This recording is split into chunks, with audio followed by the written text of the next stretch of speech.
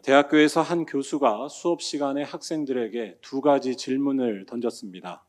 첫 번째는 어떤 아름다운 미모를 가진 여자에 대한 것이었습니다. 이 여자가 갑자기 교통사고를 당해서 얼굴에 크게 흉터가 생겼는데 그녀 곁에 있었던 남자가 이 여자를 계속해서 사랑할 수 있을지에 대해서 묻는 것이었습니다. 두 번째 질문도 이와 비슷했습니다. 어떤 남자가 사업에 성공해서 백만장자가 되었는데 어느 날 그는 사업이 망해서 하루아침에 빈털터리가 되고 말았습니다. 이때 과연 이 남자 곁에 있던 여자는 이 남자를 계속 사랑할 수 있을지에 대해서 묻는 것이 두 번째 질문이었습니다. 이 두 질문에 학생들은 이렇게 대답했습니다. 예전처럼 사랑할 것이라는 대답은 각각 10%와 30%에 그쳤고 예전처럼 사랑하지 못할 것이다 라는 응답이 80%와 40%에 달했습니다. 이 대답을 받은 교수는 학생들에게 이렇게 말했습니다. 모두들 이 남녀를 연인 관계라고 생각하시는군요. 하지만 나는 연인 관계라고 말하지 않았습니다. 만약 첫 번째 질문의 남녀가 아빠와 딸이고 두 번째 질문의 남녀가 엄마와 아들이라면 어떻게 대답하시겠습니까? 교수님의 이 질문에 학생들은 즉각 조용해졌습니다. 잠시 생각에 잠겼던 그들은 모두 이내 답을 다 바꿨다고 합니다. 정답을 다 A로, 즉 당연히 예전처럼 사랑할 것이다 라는 것으로 대답을 바꾼 것이었습니다. 부모에게 자녀는 흉터가 있든 파산을 하든 언제나 변함없이 사랑하는 대상이기 때문입니다. 기독교는 부모님에 대한 사랑과 효도를 강조하는 종교입니다. 기독교가 이러한 것을 강조하는 이유는 단순히 상식적이고 도덕적인 차원에만 있지 않습니다. 부모에 대한 사랑을 강조하는 이유는 부모에 대한 사랑이 곧 하나님에 대한 사랑과 연결이 되기 때문입니다. 이를 잘 알려주는 말씀이 레위기 19장 3절의 말씀입니다. 이 말씀을 보면 부모를 경외하라는 말씀이 나옵니다.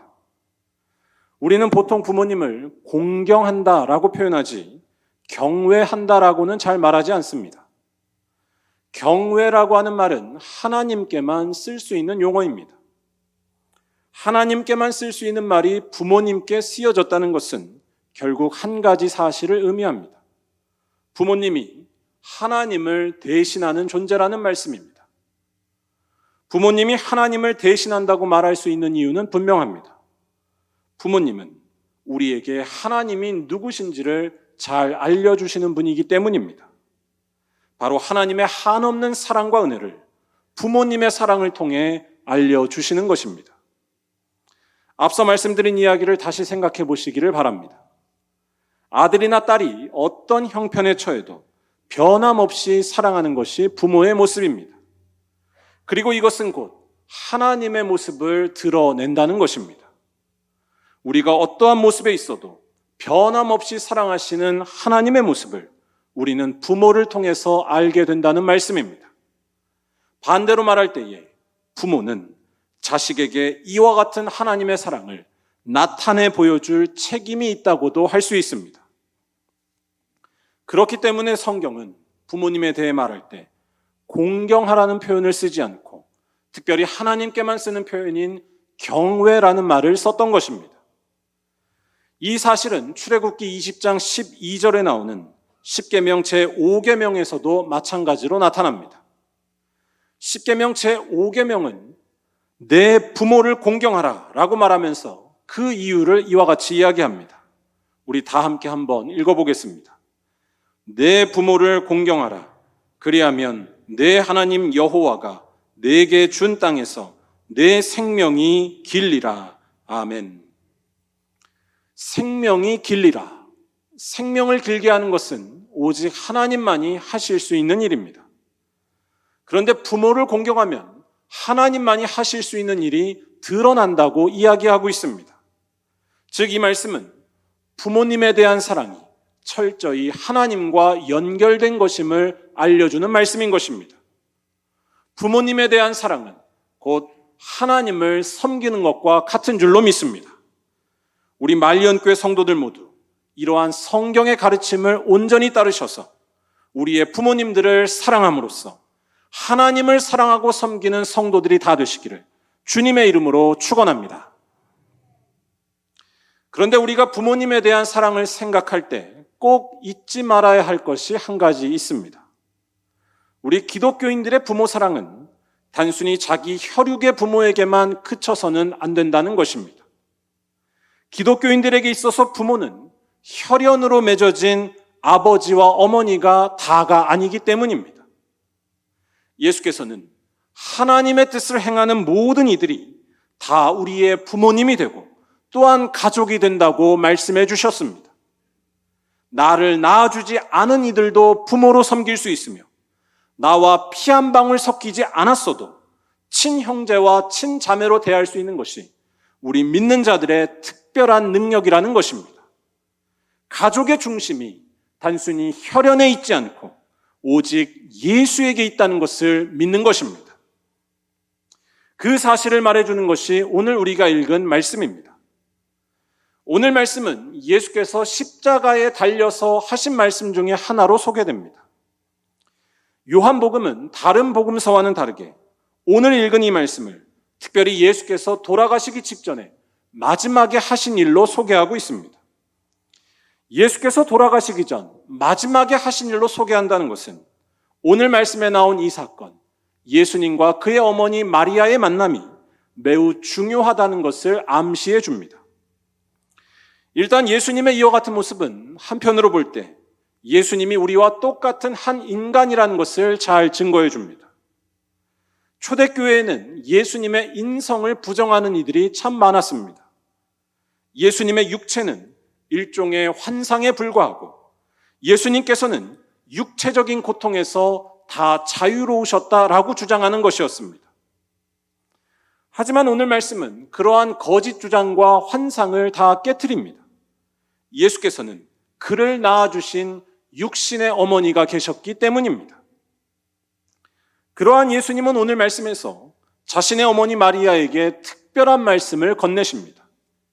26절에서 여자여 보소서 아들이니이다 라고 하시는 것이었습니다. 어머님을 향해서 여자여 라고 하는 것이 우리 한국 사람에게는 다소 어색하고 또 불쾌하게 느껴질 수도 있습니다. 하지만 예수님 당시에 이 말은 어머니를 존대해서 부를 수 있는 호칭 중에 하나였습니다. 그런데 여기에서 중요한 것은 예수께서 어머니를 향해 존칭을 했다는 것, 그것이 다가 아닙니다. 예수께서 그 다음에 하신 말씀이 중요합니다. 예수께서는 어머니에게 보소서 아들이니이다 라고 말씀하셨습니다. 여기에서의 아들은 예수님 자신을 말하는 것이 아닙니다. 이는 곁에 있었던 제자 요한을 가리키는 말이었습니다. 요한복음에서 사랑하는 제자라는 말이 많이 등장하는데 이것은 요한복음을 쓴 요한을 가리키는 말이었습니다. 다시 말해 예수께서 지금 어머니에게 보소서 아들이니이다 라고 하신 것은 이제 자신의 제자 요한이 곧 있으면 죽게 될 자신을 대신해서 아들처럼 모실 것입니다 라고 말씀하시는 것이었습니다. 그래서 27절에서 예수께서는 같은 차원의 말씀을 요한에게 또한 하십니다. 요한을 향해 보라 내 어머니라 라고 말씀하심으로써 사랑하는 제자 요한에게 홀로 남겨질 자기의 어머니를 부탁하고 계신 것입니다. 이 말씀을 그냥 보게 되면 단순히 예수님의 인간적인 효성과 사랑을 보여주는 것처럼 보입니다.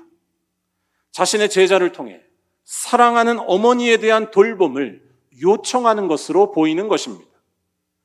하지만 이 말씀은 단순히 그런 차원에서만 읽어서는 안 됩니다. 엄밀히 말할 때에 예수의 어머니를 돌보는 일은 예수님의 제자가 아니라 예수님의 다른 형제들이 맡는 것이 당연했습니다. 마가복음 6장 3절을 보면 예수님의 형제들에 대한 소개가 나옵니다. 예수님에게는 형제도 있었고 또한 자매도 있었습니다. 예수께서 이러한 자기 형제와 자매를 놔두고서 다른 사람에게 어머니를 맡긴다는 것은 당시 관습에서 볼 때 대단히 이상하고 어색한 일이었습니다. 예수께서도 이러한 관습에 대해 모르지 않으셨을 것입니다. 그럼에도 불구하고 예수께서 자신의 어머니를 사랑하는 제자에게 특별히 부탁하고 있다는 것은 여기에 특별한 의미가 있다는 것을 알려줍니다. 바로 누구든지 예수를 사랑하면 서로 한 가족으로 묶여진다는 말씀입니다. 혈연을 뛰어넘는 새로운 가족 관계가 바로 예수를 통해서 시작된다는 것을 알려주고 있는 말씀입니다. 예수님의 이 말씀은 대단히 충격적으로 읽어볼 수가 있습니다. 이 말씀은 세상이 말하는 가족 관계를 완전히 뒤집으면서 가족의 개념 자체를 바꾸고 있기 때문입니다. 세상이 말하는 가족은 오직 혈연에 의해서 또는 학연과 지연에 의해서만 이루어질 수 있다고 말합니다. 하지만 오늘 말씀에서 예수께서는 그렇지 않다고 분명히 말씀하고 계십니다. 지난 2012년에 개봉한 영화 중에 범죄와의 전쟁이라는 영화가 있습니다. 혹시 보신 분 계시나요? 네, 아주 재밌는 영화입니다. 1980년대 부산을 배경으로 한 이 영화에는 온갖 끈과 인연을 동원해서 권력에 유착하고 이를 통해서 불법을 저지르고 이권을 챙긴 한 사람이 나옵니다. 바로 영화배우 최민식 씨가 분을 한 영화의 주인공인 최형배라는 사람인데, 이 영화에서는 이 최형배라는 인물의 삶을 아주 요약해서 잘 보여주는 한 장면이 나옵니다. 그가 경찰서에 잡혀 들어갔을 때인데, 이때 최형배는 폭력 등의 혐의로 잡혀왔는데도 아주 당당한 모습을 보여줍니다. 그는 자신을 향해 앉으라고 말하는 형사를 향해 오히려 삿대질을 하면서 소리를 칩니다. 이때 이 최형배가 하는 말이 아주 유명한 장면인데, 제가 따라해볼까 하다가 도저히 안 될 것 같아서 영상을 준비했습니다.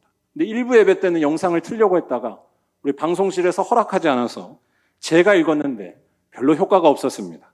이 시간에 잠시 한번 그 장면을 보도록 하겠습니다.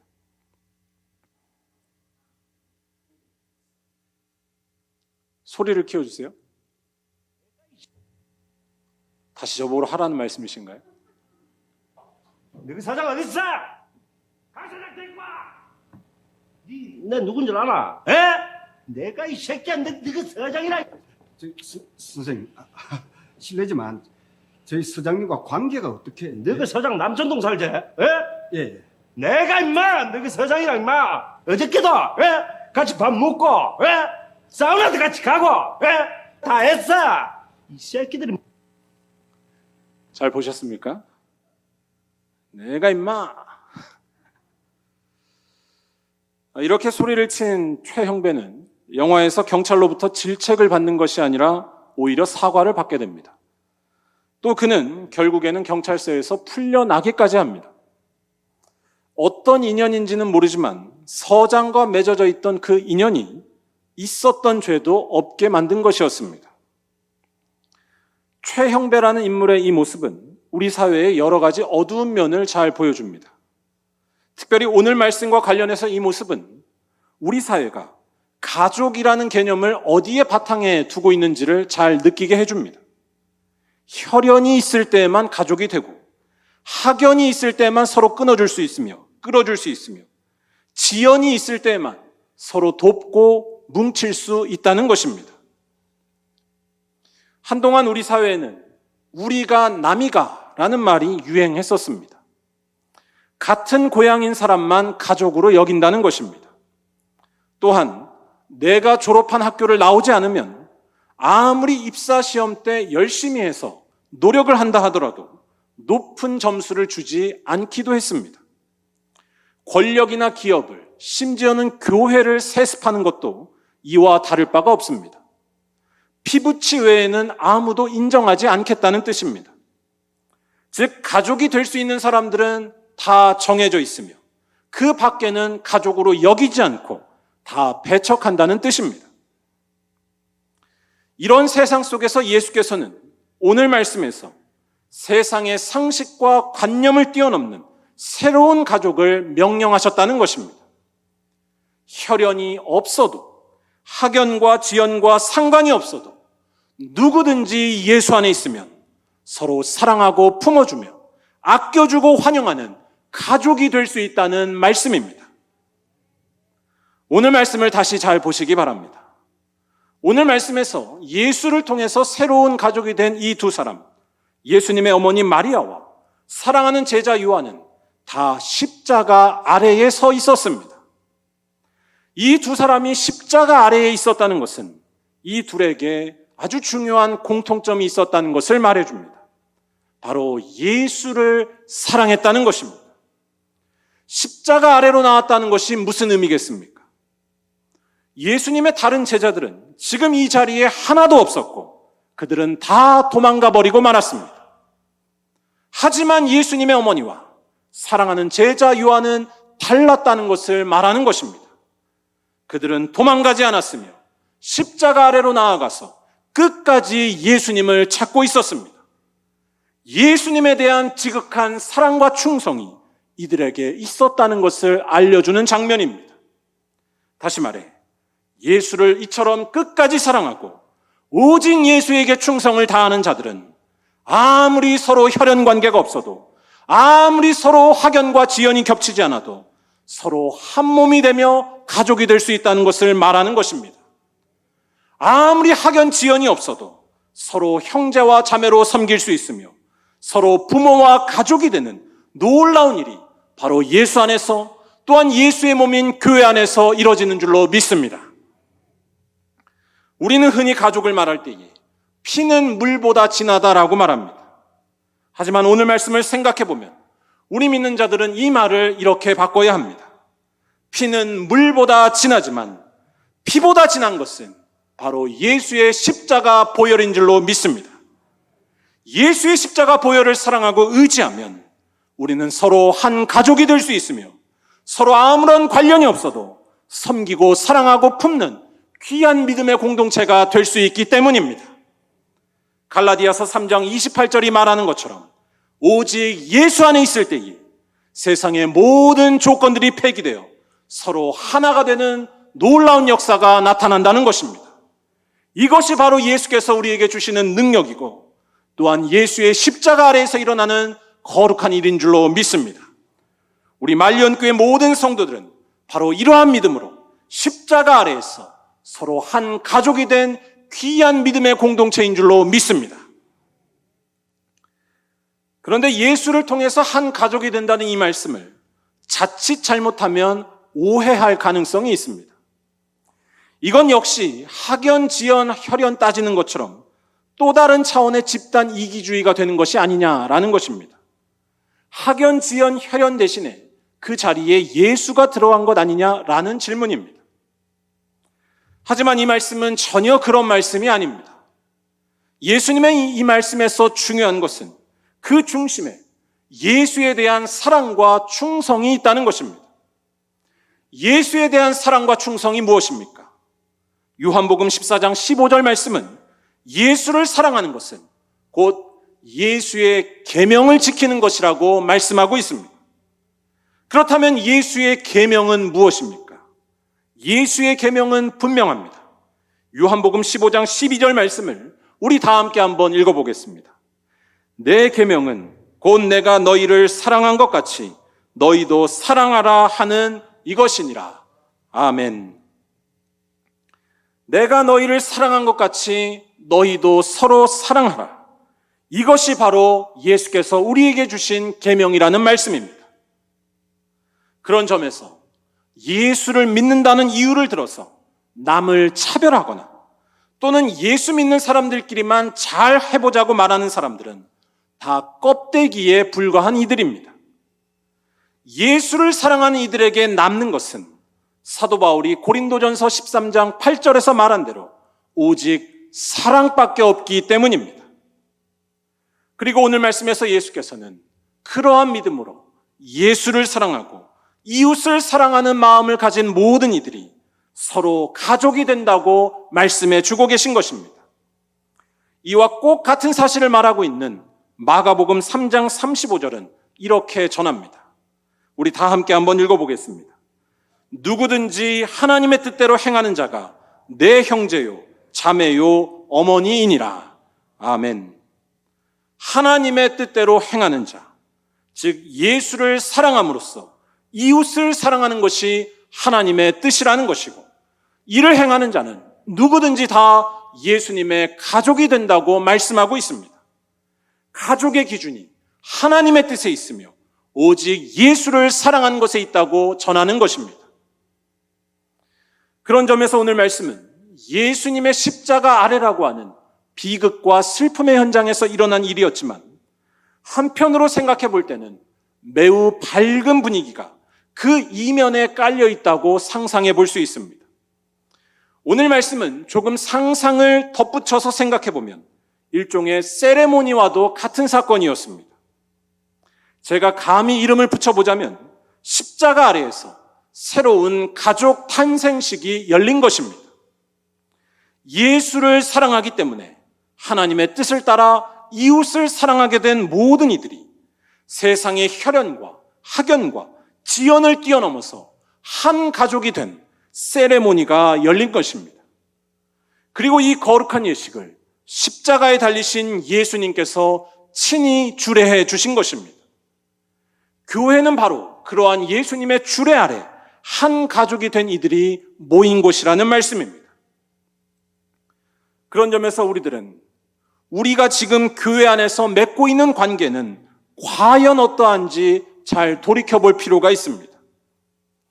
우리 말리언 교회는 예수께서 말씀하신 이와 같은 가족의 모습을 온전히 갖추고 있습니까? 우리 안에 중요한 것은 무엇입니까? 친분과 학연과 지연과 혈연입니까?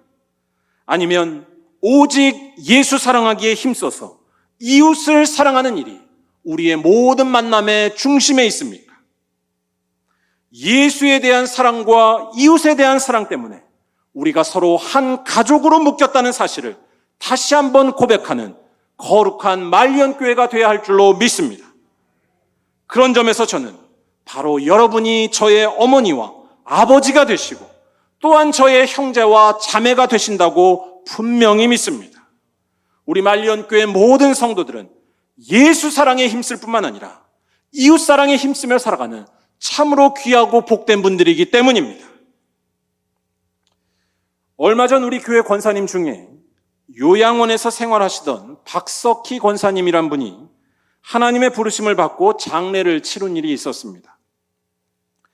참으로 안타깝고 또 슬픈 소식이었는데, 장례를 치른 후 박 권사님의 아드님께서 교회에 한번 찾아오셨었습니다.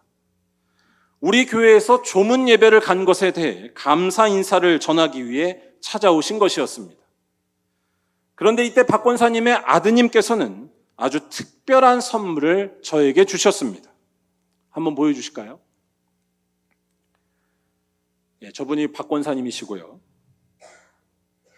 아드님 말에 의하면 요양원에서 박 권사님의 물품을 정리하는데 이 헌금 봉투 하나가 나왔다고 합니다. 작년 추수감사주에 혹시라도 형편이 허락돼서 교회에 갈 수 있을까 생각하시면서 몸이 불편한 중에도 정성스럽게 헌금을 준비해 놓으신 것이었습니다. 특별히 봉투에다가 삐뚤빼뚤 글씨를 쓰신 것이 제게는 참 큰 은혜로 다가왔었습니다. 참고로 우리 권사님께서는 우리 교회 행복대학을 통해서 한글을 다시 배우셨습니다. 저는 권사님의 이 헌금 봉투를 보면서 참 많은 생각이 들었습니다. 무엇보다 저는 권사님의 이 헌금 봉투를 통해 권사님이 예수님을 얼마나 사랑하시는가, 이것에 대해 깊이 느끼지 않을 수가 없었습니다. 자기 몸이 지금 불편한데도 추수감사 헌금을 정성스럽게 준비하셨다는 것은 박 권사님께서 정말로 교회를 사랑하셨으며 정말로 예수님을 사랑하셨다는 뜻이 된다 할 것입니다. 교회는 예수님의 몸이기 때문입니다. 또한 권사님께서는 평소에도 제가 가끔 전화 드릴 때마다 늘 하시는 말씀이, 아이고 목사님, 이 죄인을 용서해 주세요 라고 말씀을 하셨습니다. 예수님 앞에서 끝까지 자기 자신을 낮추고 겸손하고도 간절한 믿음으로 끝까지 살아가신 모습이었습니다. 또한 박 권사님을 기억하시는 분은 잘 아시겠지만 박 권사님은 예수님을 사랑하는 이 마음으로 교회 안에 많은 성도들을 지극히 사랑하시고 섬기신 분이었습니다. 권사님께서는 성도들 중에 누가 좀 편찮은 분이 있으시면 몰래 반찬을 만들어서 가져다 드리던 아주 사랑이 많은 분이었습니다. 또 이 헌금 봉투 속을 들여다보면 저는 다시 한번 마음이 울컥하지 않을 수가 없었습니다. 권사님께서는 헌금을 그냥 담지 않으셨고 정성껏 다른 종이에 담으셨는데 그 종이는 제가 작년에 보내드렸었던 위문 편지였었기 때문입니다. 담임 목사가 보내왔던 편지를 계속해서 간직하면서 보셨다는 것을 느낄 수 있었고 또한 거기에 헌금을 정성스럽게 담으셨다는 것이 저에게는 무엇보다도 큰 사랑과 은혜로 다가왔었습니다. 그래서 저는 이 박 권사님이 정말로 예수님의 말씀을 따라 저의 또 다른 가족 같다는 기분이 들었습니다. 예수를 힘써 사랑하고 끝까지 이웃을 사랑하는 것을 통해 어떻게 사는 것이 참으로 고귀하고 아름다운 삶인지를 힘써서 알려주신 또 한 분의 어머니이자 가족처럼 느껴졌던 것입니다. 사랑하는 우리 말리언교회 성도 여러분, 우리 말리언교회는 이 박 권사님처럼 예수를 사랑하고 이웃을 사랑하는 믿음이 충만해져서 혈연을 뛰어넘는 귀한 가족이 다 될 줄로 믿습니다. 우리가 힘써 예수를 사랑하고 또한 서로 사랑하면 아무리 피가 섞이지 않았어도 우리는 분명히 한 가족이라는 것입니다. 오늘 어버이 주일을 맞이해서 먼저 여러분의 혈육의 부모님께 감사와 사랑을 간절히 고백하시기 바랍니다. 부모를 공경하는 것이 바로 복받는 길입니다. 부모를 섬기는 것은 곧 하나님을 섬기는 것과 같으며 하나님을 사랑하는 것과 같기 때문입니다. 그런데 거기에서 멈추지 마시고 혈육의 부모님만이 아니라 예수 안에서 만난 다른 부모님들에게도 그 사랑과 공경이 이어지시기를 간절히 바랍니다. 우리들에게 부모님은 혈육의 부모님만이 아니라 예수님의 십자가 아래에서 만난 사랑하는 모든 성도들이기 때문입니다. 이러한 믿음으로 우리 교회가 세상을 뛰어넘는 가족을 만들어 나갈 때에 우리 교회를 통해 예수님의 영광이 드러날 줄로 믿습니다. 교회 안에서 친한 사람들과만 친하게 지내지 마시고 잘 몰랐던 이들에게도 찾아가 인사하시고 또한 교회 안에 외롭거나 힘든 일을 경험한 사람들이 있으면 그들을 찾아가 위로하시고 기도하시기를 바랍니다. 그것이 바로 예수께서 명령하신 새로운 가족의 법이기 때문입니다. 바라기는 이러한 믿음과 사랑이 충만한 우리 말리언교회 모든 성도들이 되셔서 주님께서 이 땅에 다시 오실 때 큰 칭찬을 얻으시는 귀하고 복된 성도들이 다 되시기를 주님의 이름으로 간절히 축원합니다. 기도하겠습니다.